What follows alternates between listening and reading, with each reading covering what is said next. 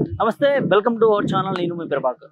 రాష్ట్రంలో గత కొద్ది రోజుల నుంచి కూడా రుణమాఫీ పైన కొన్ని చర్చలు అయితే నడుస్తా ఉన్నాయి. ఒకవైపు అధికార పార్టీ నుంచి 2 లక్షల రుణమాఫీ జరిగిపోయిందని చెప్పి చెప్తా ఉన్నారు. ఇంకోవైపు రైతులందరూ కూడా రోడ్లకి ధర్నాలు చేస్తా ఉన్న పరిస్థితి చూస్తా ఉన్నాము.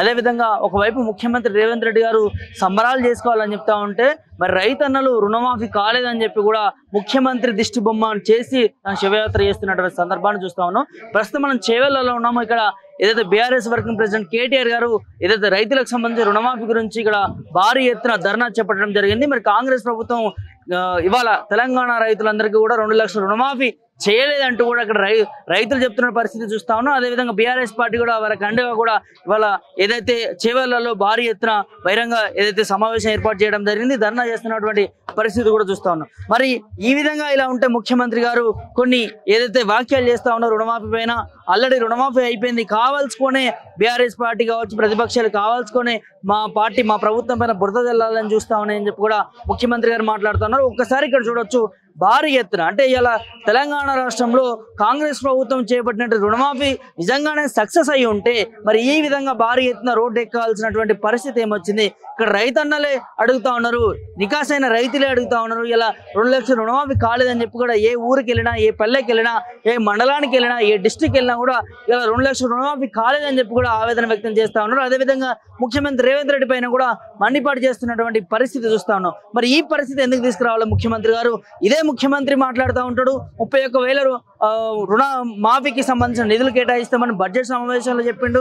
అదేవిధంగా ఇవాళ అమలుకి వచ్చేసరికి 17,000 కోట్లు ఏదో అమలుకి వచ్చిన నేపథ్యాన్ని చూస్తాం. అంటే చెప్పేది ఒక మాట, ఇప్పుడు చేసేది ఒక మాటగా క్లియర్ కట్ గా కనిపిస్తా ఉంది. అదేవిధంగా మంత్రులు కూడా మాట్లాడుతూ ఉన్నారు. కొంతమంది మంత్రులకు మరి తెలిసి మాట్లాడుతున్నారా, తెలియక మాట్లాడుతున్నారా? ఒకవైపు ముఖ్యమంత్రి గారు ఒకలా మాట్లాడుతుంటే ఇక్కడ మంత్రులకి ఒకలా మాట్లాడుతుంటే వారికి ముఖ్యమంత్రి గారికి మంత్రులకు పొంతన లేకుండా ఈ రుణమాఫీ పైన లెక్కలు క్లియర్ కట్ గా చెప్తా ఉన్నారు. మరి వారికే పొంతన లేకుండా ఇవాళ క్లియర్ కట్ గా చూస్తా ఉన్నాం. వాస్తవానికి నిజంగా ఇలా తెలంగాణ రాష్ట్రంలో 100% మంది రైతులుంటే దాని 100% మంది రైతులకు మనం పోలిస్తే అందులో 30% మంది రైతులకే ఇలా రుణమాఫీ జరిగినట్టు కూడా క్లియర్ కట్ గా తెలుస్తా ఉంది. రైతులందరూ కూడా రోడ్డు ఎక్కుతున్నటువంటి పరిస్థితి చూస్తున్నాం. మరి ఈ తిరుగు ప్రభుత్వాన్ని అంటే గతంలో కూడా చూసినాం మనం, ఏది సంక్షేమ పథకాల విషయంలో 100 రోజుల్లో 6 సంక్షేమ పథకాలు అమలైపోయినాయని చెప్తా ఉన్నారు. కానీ ఆ విషయంలో కూడా మనం చూస్తా ఉన్నాము 6 పథకాల్లో 13 అంశాలు, ఆ 13 అంశాలు ఏ ఒక్క అంశం కూడా అమలు కాకుండా కేవలం బస్సు ఒకటే అమలు చేయడం అది చూసినాం. ఇవాళ రుణమాఫీ గురించి ఇది చూసినాం, ఇక రైతు భరోసా సంబంధించి అది చూసినాం. మొత్తానికైతే ఇక్కడ చేవెళ్లకు సంబంధించి ఇక్కడ కేటీఆర్ గారి ఆధ్వర్యంలో, అదేవిధంగా సబితా ఇంద్రారెడ్డి గారి ఆధ్వర్యంలో భారీ ఎత్తున రైతుల సమక్షంలో ఇలా ధర్నా చేస్తున్నటువంటి పరిస్థితి చూస్తా ఉన్నా. ఖచ్చితంగా ముఖ్యమంత్రి రేవంత్ రెడ్డి గారు ఏదైతే 2 లక్షల రుణమాఫీ ఉందో ఆ 2 లక్షల రుణమాఫీ ఖచ్చితంగా అర్హులైనటువంటి ప్రతి రైతులకు దాదాపు 47 లక్షల రైతులు లబ్ధిదారులు ఉన్నారు, అర్హులు ఉన్నారు. వారందరికీ కూడా రుణమాఫీ చేయాలంటూ కూడా ఇక్కడ BRS party working president KTR గారు ధర్నా చేస్తున్నటువంటి పరిస్థితి చూస్తాను. ఒకసారి చూడొచ్చు భారీ ఎత్తున కూడా ఏ విధంగా ఇక్కడ రైతులందరూ వచ్చి కూడా వారి ధర్నాకు మద్దతు తెలుపుతా ఉన్నారు. ఇలా నిజంగా రాష్ట్రంలో కాంగ్రెస్ ప్రభుత్వం అధికారంలోకి వచ్చిన తర్వాత 2 లక్షల రుణమాఫీ అని చెప్పి రైతులను మోసం చేస్తూ ఉందని చెప్పి కూడా ఇక్కడ ధర్నా చేస్తున్న పరిస్థితి చూస్తున్నాము. ఖచ్చితంగా అర్హులైనటువంటి రైతులకి 2 లక్షల రుణమాఫీ చేయాలంటూ కూడా, అదేవిధంగా 2 లక్షల రుణమాఫీతో పాటు రైతు భరోసా ఏదైతే ఉందో గత ప్రభుత్వం మేము ఉన్నప్పుడు ఏదైతే రైతు బంధు కింద ఎకరాకి 10,000 వేసినాం, రైతు భరోసా కింద ఈ కాంగ్రెస్ ప్రభుత్వం ఎకరాకి 15,000 వేస్తా అన్నది. మరి ఆ 15,000 కూడా ఎక్కడ కూడా దిక్కు దిమానం లేకుండా పోయింది కాంగ్రెస్ ప్రభుత్వంలో. ఖచ్చితంగా రైతులను రోడ్డు పాలు చేస్తా ఉంది. రైతులను ఆదుకోవాలి ప్రభుత్వం, రైతులకి ఇస్తామన్న హామీలను ఇచ్చే వరకు కూడా వెంటాడుతూనే ఉంటామని చెప్పి కూడా ఏదైతే మాజీ మంత్రి వర్యులు కేటీఆర్ గారు చెప్తున్నటువంటి అంశాన్ని చూస్తున్నాం. ఎట్టకేలకు కాంగ్రెస్ ప్రభుత్వానికి ఒక చిక్కొచ్చి పడింది. ఇక్కడ రైతు భరోసాకు సంబంధించి ఆ నిధులు కేటాయించకుండా వాటిని రుణమాఫీ కిందకి ఇస్తా ఉన్నామని చెప్పి కూడా అంటా ఉన్నారు. మరి రుణమాఫీ కూడా క్లియర్ కట్ గా ఇక్కడ అమలు కాని నేపథ్యాన్ని చూస్తా ఉన్నాం. ఎట్టకేలకు ఇక్కడ బీఆర్ఎస్ పార్టీ రైతులకు అండగా ఉంటాము, రైతుల వెంటే ఉంటాము. మా రైతు మేము ఉన్నప్పుడు 10 సంవత్సరాల్లో ఏ విధంగా రుణమాఫీ కావచ్చు, రైతు బంధు కావచ్చు, సంక్షేమ పథకాలు కావచ్చు, ఇవన్నీ కూడా ఏ విధంగా ఇచ్చాము. ఇప్పుడు కాంగ్రెస్ ప్రభుత్వం వచ్చిన తర్వాత కటకా బంద్ చేసినట్టుగా ఈ పథకాలన్నీ కావచ్చు, ఈ రైతు భరోసా, రైతు బంధు కావచ్చు, అదేవిధంగా రుణమాఫీ కావచ్చు, ఇవన్నిటికీ కూడా బంద్ చేసే విధంగా కాంగ్రెస్ ప్రభుత్వం చర్యలు తీసుకుంది. ఇప్పటికీ కూడా కాంగ్రెస్ ప్రభుత్వం వీటన్నిటిపైన క్లియర్ కట్ గా చర్యలు చేపట్టి 2 లక్షల రుణమాఫీ కావచ్చు, రైతు భరోసా కావచ్చు, రైతులకు ఇస్తానటువంటి హామీలు కావచ్చు, వీటన్నింటి కూడా అమలు చేయాలి. అమలు చేసేంత వరకు కూడా మా ధర్నాలు ఆగవు. బీఆర్ఎస్ పార్టీ ఖచ్చితంగా రైతుల పక్షాన ఉంటుంది, ప్రజల పక్షాన ఉంటుంది, ప్రతిపక్ష పార్టీ ప్రోత్సహిస్తుందని చెప్పి కూడా ఇక్కడ కేటీఆర్ గారు చెప్తున్నటువంటి అంశాన్ని చూస్తా ఉన్నాం. ఆధ్వర్యంలో భారీ ఎత్తున రైతులకు అండగా ఏదైతే రైతు రుణమాఫీ విషయంలో కాంగ్రెస్ ప్రభుత్వం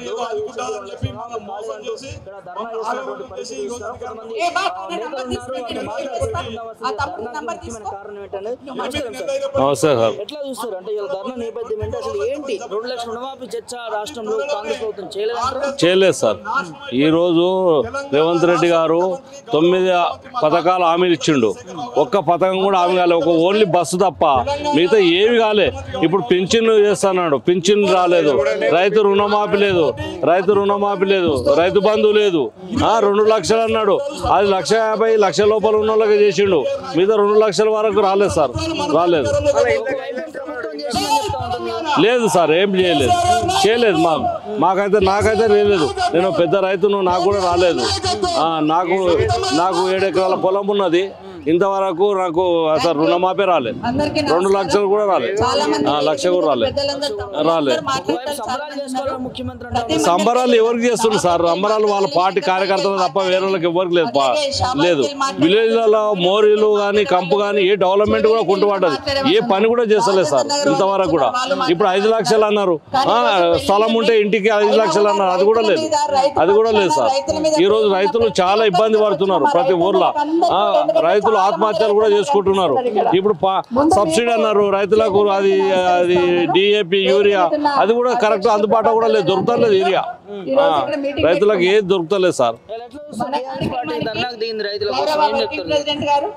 రైతుల కోసం ధర్నా చేస్తున్నారు అంటే వాళ్ళు కాంగ్రెస్ గవర్నమెంట్ చేస్తుంది కాబట్టి వాళ్ళకు నిరసన తెలపడానికే మనమంతా కలిసి రైతులను రావాలని కేటీఆర్ ఆధ్వర్యంలో వచ్చినాము. ఇంతకుముందు ఏ పని చేసినా కేసీఆర్ ఏం చేసిండంటే ఫసలుకు 6 నెలలు కాకముందే ఆ టంగు అని సెల్ ఫోన్లలో వాళ్ళకు మెసేజ్ల రూపకంగా వస్తుండే, రైతు బంధు వస్తుండే. ఇప్పుడు రైతు బంధు లేదు, ఏ బంధు లేదు, పెట్టుబడి కూడా ఇబ్బంది, రైతులు చాలా ఇబ్బంది పడుతున్నారు సార్, అన్ని ఇబ్బంది పడుతున్నారు. ఊర్లలో ఇప్పుడు ఏ పని లేదు సార్, ఎక్కువ పని కూడా చేసి లేదు, వాళ్ళు చెప్పుకోవడం తప్ప ఏం లేదు వాళ్ళకి. రుణమాఫీ అదే ఆయన చేయలేదు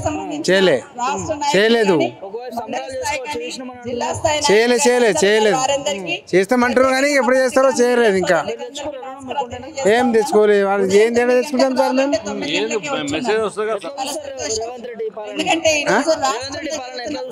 ఈ పాలన ఏం బాగాలేదు సార్, అంత బాగాలేదు, అంత కథ చేసింది, అంత అన్ని కచ్చారు మొత్తం. కేసీఆర్ ఉన్నప్పుడే బాగుండే మొత్తం మీద, ఆయన మొత్తం ఏ పింఛన్లు కానీ ఏది కానీ అన్ని పింఛన్లు అన్ని మంచిగా చేసిండు ఆయన. రుణమాఫీ చేసిండు, పింఛన్లు చేసిండు, అన్ని చేసిండు, మాకు అంత సంతోషం. ఇప్పుడు ఏది లేదు, అన్ని ఇక కష్టం ఉన్నది. ఇప్పుడు మాకు రైతులకు ఆగం అయిపోయినాం, మేము ఆగం ఉన్నాం, ఇప్పుడు ఏమీ లేదు మాకు. అట్లా బీఆర్ఎస్ ఉన్నప్పుడు మంచిగా ఉండే, అన్ని చేసిండు ఆయన, ప్రతి ఒక్క దాన్ని మంచిగా చేసిండు. ఇప్పుడు ఏది లేదు, అన్ని బంద్ చేసిండు. ఇప్పుడు మళ్ళా కేసీఆర్ రావాలి, కేసీఆర్ వస్తేనే మంచిగా మాకు. కేసీఆర్ మెయిన్ అందరికి, ముసలిళ్ళకు, మైనోళ్ళకు, చిన్నోళ్ళకు, ఈ పెద్దోళ్ళకు అందరికి మంచిగా రుణమాఫీ చేసిండు ఆయన, పింఛన్లు చేసిండు, అన్ని చేసిండు, మంచిగా ఉన్నది. ఇప్పుడు ఏమి లేదు, నమ్మేసి గొంతు కోసినట్టే. మరి ఇప్పుడు నేను చేస్తా అని అంటాడు ఈయన, ఏం చేస్తాడు? ఏమి చేయలేదు ఇప్పటికీ. అవి రుణమాఫీలు 2 లక్షల రుణమాఫీ చేస్తారని అది ఏమి కాలేదు, పింఛన్లు లేవు, ఏది లేదు. ఇక అంతా మాకు ఇప్పుడు కష్టం అయింది, వ్యవసాయం చేస్తున్నాము, పరిశాన్ అయిపోయింది. ఇప్పుడు మేము 4 ఎకరాల భూమి ఉంది, దాని గురించి తిప్పల పడుతున్నాం, మేమే తిప్పల పడాలి కానీ ఏమీ లేదు, రుణమాఫీ లేదు, ఏది లేదు. మేము కూడా అదే చెప్తున్నామండి. కాకపోతే ఏంటంటే ఇప్పుడు ఆటో డ్రైవర్లు, ఆటో రిక్షాలన్నీ వాళ్ళకు అందరికి ఫ్రీ చేసిరు బస్సులు, అది ఒక్కటే మాత్రమే సక్సెస్ చేసిన ఆయన. అది ఇచ్చిన 6 రుణం హామీలల్లో ఒక్కటి కూడా సక్సెస్ లేదు. టైంకు పింఛన్లు లేవు. ఇప్పుడు రుణమాఫీ నాకు 34,000 రుణమాఫీ ఉన్నది, 34,000 ఉన్నది. అదే బీఆర్ఎస్ ప్రభుత్వంలో నాకు 75,000 మాపైంది. ఇప్పుడు నాకు ఇంకా 34,000 బ్యాక్ ఉన్నది. 34,000 నేను బ్యాక్ మీద పోయి అడిగితే కాలేదు. ఎందుకు కాలేదంటే కాలేదు అంటుండే ఆయన. అది 2 లక్షలు ఎవరు కావాలి? నాకు కాలేదు, 34,000 ఉంటేనే కాలేదు. నువ్వు 2 లక్షల దాకా పోయినావు, నువ్వు నాకు 1,00,000 కూడా లేదు. మరి చెప్పుకుంటారు మరి ఇప్పుడు, ఎందుకంటే అధికారంకి వచ్చారు కదా, ఏంటంటే నమ్మించి మోసం చేసి 6 రుణమాఫీలు 6 హామీలు ఇచ్చి చెప్పి ఓట్లు వేయించుకొని ఇప్పుడు అధికారం వచ్చారు కాబట్టి చెప్తారు. మరి అధికారం వచ్చినాక ఇప్పుడు ఎవరైనా ఏమని చెప్తారు, అంతే కదా. ఒకవైపు మేము పోతా ఉంటే కూడా మా పైన కూడా దాడులు చేస్తా ఉంటాం కాంగ్రెస్ ప్రభుత్వం. ఎట్లా చేద్దాం మరి, ఏం చేద్దామంటే ఇప్పుడు ఏం చేస్తాం, ఇప్పుడు కేసీఆర్ ప్రభుత్వం వస్తేనే తప్ప ఇక మళ్ళీ కరెక్ట్ ఉండదు కదా. ఇప్పుడు ఏం చేయలేము, 5 సంవత్సరాల దాకా ఇప్పుడు ఏం చేయలేము కదా సార్. ఇప్పుడు ఏం చేసినా కూడా ఏం చేయలేము. ప్రజాస్వామ్యంలో ప్రశ్నించే గొంతునే ఇబ్బంది పెడితే రేపు ప్రజాస్వామ్యంలో పుట్టగతులు ఉన్నాయండి. మళ్ళీ కాంగ్రెస్ రాదు, ఇక నామరూపాలు కూడా రాదు. మళ్ళీ ఇంతకుముందు 50 ఏళ్ళు పరిపాలన చేసిన మళ్ళీ 50 ఏళ్ళు వెనకపోతుంది. ఇప్పుడు ప్రజాస్వామ్యంలో ప్రశ్నించే గొంతు నొక్కితే మీ ప్రెస్ వాళ్ళకు ఎంత ఇబ్బంది అవుతుంది. అట్లా చేయొద్దు కదా, పబ్లిక్ తెలియజేస్తారు. మీరు మిమ్మల్ని కానీ రైతులను కానీ ఇబ్బంది పెట్టడం చాలా. ఏ ఊర్లో కూడా ఒక మోరి తీసిన పాపాన లేదండి. ఊర్లో మోరీలు లేవు, అవి లేవు, ₹1 లేదు. ఆటో వాళ్ళు ఎట్లా బతకాలి, రోడ్డు మీద పడ్డారు. ఆటో వాళ్ళ కుటుంబాలు అన్ని రోడ్డు మీద పడ్డాయి. వాళ్ళు ఏం చేయలేని పరిస్థితి, వేరే పని చేయలేకపోతారు. ఇప్పుడు ఇన్ని రోజుల నుంచి ఆటో నడుపుకొని బతికారు వాళ్ళు.